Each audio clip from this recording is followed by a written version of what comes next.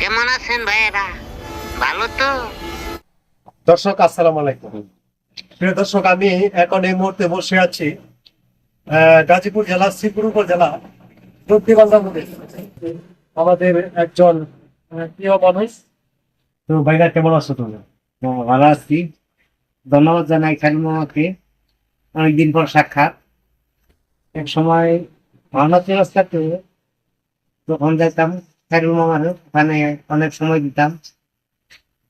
খুব কেসের জগতে আমার প্রিয় একজন লোক খালিল মামা।